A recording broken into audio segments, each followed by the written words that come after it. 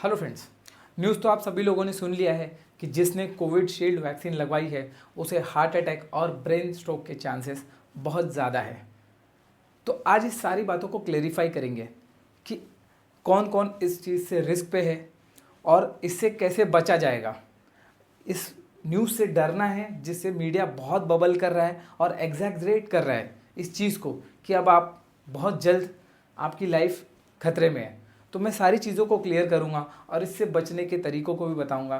Till then के लिए आप सिर्फ ये वीडियो को एंड तक देखिए, मैं सारी चीज़ें क्लियर करूंगा और आपने क्या गलती कर दी है कोविशील्ड वैक्सीन लगवा के इस बात को भी क्लेरिफाई करूंगा, या किसी और वैक्सीन का वेट करना चाहिए, कौन से साइन एंड सिम्टम्स आपके बॉडी में दिखेंगे तो आपको अलर्ट हो जाना है। सारी चीज़ों को डिस्कस करेंगे। टिल देन के लिए मैं डॉक्टर विकास आज आपको सारी चीज़ें क्लेरिफाई कर दूंगा। आप हमारे वीडियो को एंड तक ज़रूर देखिए। चलिए शुरू करते हैं। सबसे पहले तो जो कोविड वेव आया था, ये जो कोविड का वेव था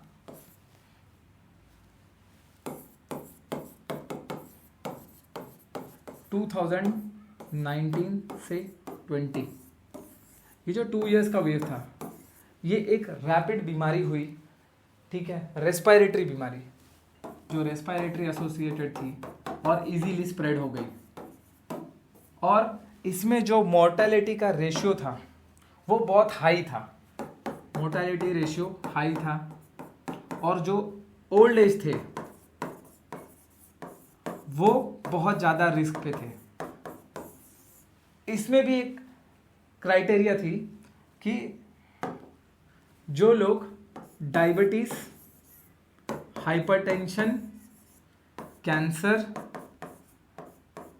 ऐसी किसी बीमारियों से जूझ रहे थे वो बहुत ज़्यादा रिस्क पे आ गए, बिकॉज उनकी इम्यूनिटी पहले से ही वीक थी, उनका हार्ट, उनका ब्लड प्रेशर पहले से ही वीक था। इस वजह से सेकेंडरी इन्फेक्शन हो गया और बहुत जल्दी उनकी डेथ होने लगी। तो एक वैक्सीन लॉन्च, 2 वैक्सीन लॉन्च हुई जो कि एस्ट्राजेनिका नामक एक कंपनी है ब्रिटेन की, जिसने लॉन्च किया कोविशील्ड, इस वैक्सीन को लॉन्च किया। ठीक है, अब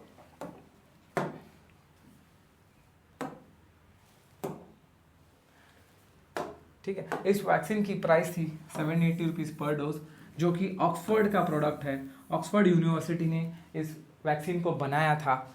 यहाँ पे इंडिया में वो मैन्युफैक्चर्ड हुई थी by Serum Institute of India द्वारा, जिसमें रिकॉम्बिनेंट वैक्सीन बनाया था ये, और वायरल वेक्टर प्लेटफॉर्म पे बनी थी।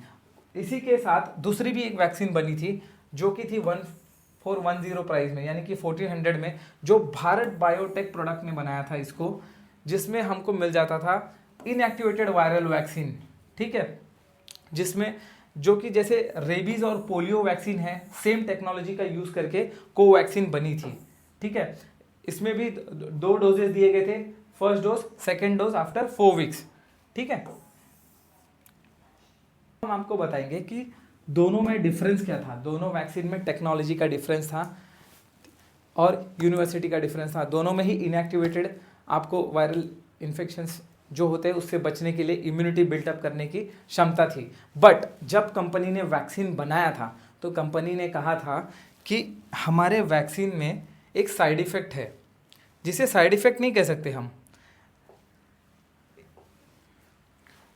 इन्होंने पहले ही कहा था कि हमारे वैक्सीन से टीटीएस और लो प्लेटलेट काउंट हो सकता है, यानी कि थ्रोम्बोसाइटोपिनिया हो सकता है या थ्रोम्बोसिस हो सकता है, जिसकी वजह से हार्ट अटैक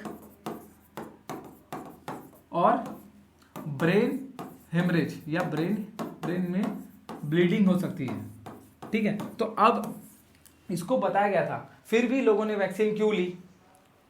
बिकॉज सबसे इंपॉर्टेंट था कि कोविड में जो मोर्टेलिटी रेट बहुत ज़्यादा था, यानी कि आपका डेथ रेशियो ये बहुत ज़्यादा था, तो उस वक्त की नीड ऑफ द आवर थी कि पहले वैक्सीन लेके कोविड से बचा जाए।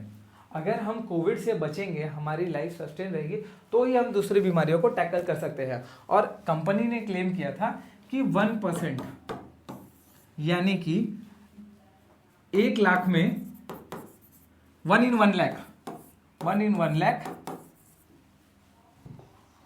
और 10/10 लाख ये रेशियो था। तो ये रेशियो डेथ रेशियो के सामने बहुत ही छोटी सी चीज़ थी। इतना तो रिस्क लाइफ में बनता ही था, बिकॉज अगर 10 लाख में 10 लोगों को रिस्क है तो ये रिस्क लेना ज़रूरी था, बिकॉज कोविड में जो डेथ रेशियो था बहुत हाई था। खास करके जो ओल्ड एज थे, अबव 40 थे, वो बहुत जल्दी इस बीमारी से पीड़ित हो जाते थे और वो रिकवर नहीं कर पाते थे। यंगस्टर में ये बीमारी बहुत ज़्यादा डेथ रेशियो तो नहीं क्रिएट कर पाई, बट हाँ काफ़ी वीकनेस, इम्यूनिटी और कोई और बीमारियां तो डेवलप ज़रूर हुई। इंडिया में टोटल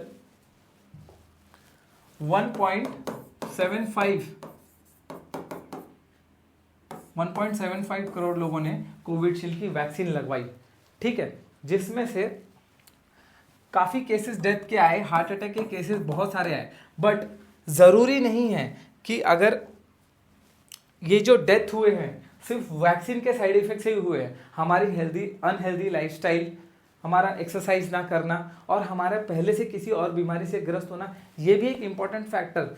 4 फैक्टर एक साथ जब कोलैब होते हैं, कोलैब होने के साथ उन्होंने फिर डेथ रेशियो को क्रिएट किया है, ठीक है। तो अगर आपने इस वैक्सीन को लगवाया है तो आपको डरना नहीं है इस चीज़ से कि हाँ मैंने वैक्सीन लगवा ली है, अब मुझे ब्रेन स्ट्रोक का चांसेस है या फिर अब मुझे हार्ट अटैक कभी भी हो सकता है। ऐसा बिल्कुल भी डर के काम नहीं करना है, ठीक है। अब हम आपको बताएंगे कि इंडिया में भी कुछ पेरेंट्स हैं जो सुप्रीम कोर्ट को मूव हो चुके हैं, बिकॉज एक पेरेंट है जिन्होंने अपने दोनों डॉटर को खो दिया है कोविडशील्ड वैक्सीन लगवाने के बाद, और दोनों जन को हार्ट अटैक हुआ है और जिससे उनकी डेथ हो गई है, ठीक है। अब सबसे इंपॉर्टेंट चीज़, क्या वैक्सीन नहीं बनानी चाहिए? बनानी चाहिए। किसी भी वैक्सीन को बनाने में 1:1 लाख में एक रेशियो पकड़ते हैं कि अगर 1 लाख लोगों में एक आदमी या फिर 4 से 5 आदमी की डेथ होती है तो उसे कंसिडर किया जा सकता है, बिकॉज उस टाइम पे उस पैंडमिक से बचना ज़रूरी होता है। अगर आप स्मोक करते हो तो ज़रूरी है कि 10 लाख में से ऑलमोस्ट 17 से 1800 लोगों को कैंसर होगा। अगर आप बाहर ट्रैवल करते हैं, ठीक है, तो 10 लाख लोगों में से 38 से 40 लोग घर वापस नहीं आ पाते, एक्सीडेंट हो जाता है। अगर आप बाहर ट्रैवल कर रहे हैं और लाइटनिंग हुई तो उसमें से 10 लाख में से 1% का चांसेस है कि उसकी डेथ हो जाएगी लाइटनिंग की वजह से। अगर आप फीमेल हैं और कॉन्ट्रासेप्टिव पिल्स ले रहे हैं तो 10 लाख में से 500 फीमेल की डेथ का रेशियो है पिल्स की वजह से। इसका मतलब पिल्स लेना बंद नहीं किया किसी ने, बाहर जाना बंद नहीं किया, काम करना किसी ने बंद नहीं किया है। क्यों? क्योंकि उतना रिस्क तो बनता ही है लाइफ में। और वैक्सीन में जो मीडिया आपको ये कर रहा है, डरा रहा है कि आपने वैक्सीन लगवाया आप मर जाएंगे, तो बिल्कुल भी डरना नहीं है इस चीज़ से। आपको आपका रेगुलर हेल्थ का ध्यान रखना है, डाइट पे ध्यान रखना है, स्ट्रेस नहीं लेना है, रेगुलर एक्सरसाइज करना है और 6 मंथली चेकअप ज़रूर करना है। इससे क्या होगा, आप अपने बॉडी को हेल्दी रखेंगे, रूटीन चेकअप होता रहेगा। और कुछ चीज़ें ऐसी होती है कि जिसे हम रिस्क मान के ही चलते हैं, तो उससे डर के जीने में कोई भी मतलब नहीं है। आपको सिर्फ इतना ध्यान रखना है कि इसका प्रिकॉशन क्या है। अगर आपने पोलियो वैक्सीन लगवाई है, बीसीजी वैक्सीन लगवाई है, उससे भी रिस्क होता है, बट इससे हम डर के अपने बच्चों को पोलियो, बीसीजी या फिर टेटानस ऐसे कोई वैक्सीन नहीं देते, ऐसा नहीं है, देना ही पड़ता है, बिकॉज उतना रिस्क हम कंसिडर करते हैं। तो आज इलेक्शंस है इंडिया में और हर जगह एक अलग माहौल है, कोई अलग माहौल क्रिएट करने का एक सिनेरियो बनेगा, बट इससे आपको नहीं डरना है। जो भी चीज़ें होने वाली है, अगर आपको नाक से ब्लीडिंग हो रही है, आपका प्लेटलेट कम हो रहा है, तो आपको सीबीसी वगैरह चेक करके आपको देखना है। आप अपने हार्ट का ईसीजी करा सकते हैं, शुगर नॉर्मल है या नहीं वो चेक कीजिए, स्ट्रेस टेस्ट कीजिए, 2D को करके रखिए, आपका हार्ट का फंक्शन कैसा है। इससे आप अपनी बॉडी को नियंत्रित रखेंगे। रेगुलर एक्सरसाइज कीजिए, लो शुगर लो सॉल्ट डाइट आपकी डाइट में इंक्लूड कीजिए, इससे आप सेफ रहेंगे, हेल्दी रहेंगे। मैं इस बात को यहीं पे कंक्लूड करूंगा कि आपको किसी चीज़ से डरना नहीं है। लो salt intake, low sugar diet रखना है, रेगुलर एक्सरसाइज करना है, रेगुलर ब्लड चेकअप करना है, रेगुलर ईसीजी कराना है, स्ट्रेस टेस्ट करना है। इससे आप अपने हेल्थ का ध्यान रख पाएंगे, आपके फैमिली का ध्यान रख पाएंगे। आपको कहीं से भी ब्लीडिंग हो रही है, नेजल ब्लीड हो रहा है या आपका प्लेटलेट कम हो रहा है, उसको मॉनिटर करते रहिए और अपने डॉक्टर को कंसल्ट कीजिए। टिल देन के लिए बिना डरे आपको जीना है, आपके साइंस एंड सिम्टम्स को बॉडी में ऑब्जर्व करते रहना है, रेगुलर एक्सरसाइज करना है और फिट रहना है। किसी भी न्यूज़ पे आंख बंद करके भरोसा करके आप बिल्कुल भी ना डरिए। न्यूज़ आते रहेंगे। कुछ दिन पहले न्यूज़ चैनल्स ने दिखाया था कि दुनिया ख़त्म हो जाएगी, दुनिया बंद हो जाएगी, कुछ नहीं हुआ है। आप लोग हेल्दी रहिए, सेफ रहिए और अपना मेंटल स्टेटस बैलेंस रखिए। टिल देन के लिए मैं कंक्लूड करता हूँ, डॉक्टर विकास एक नया वीडियो लेके आएंगे। टिल देन के लिए स्टे सेफ, स्टे हेल्दी।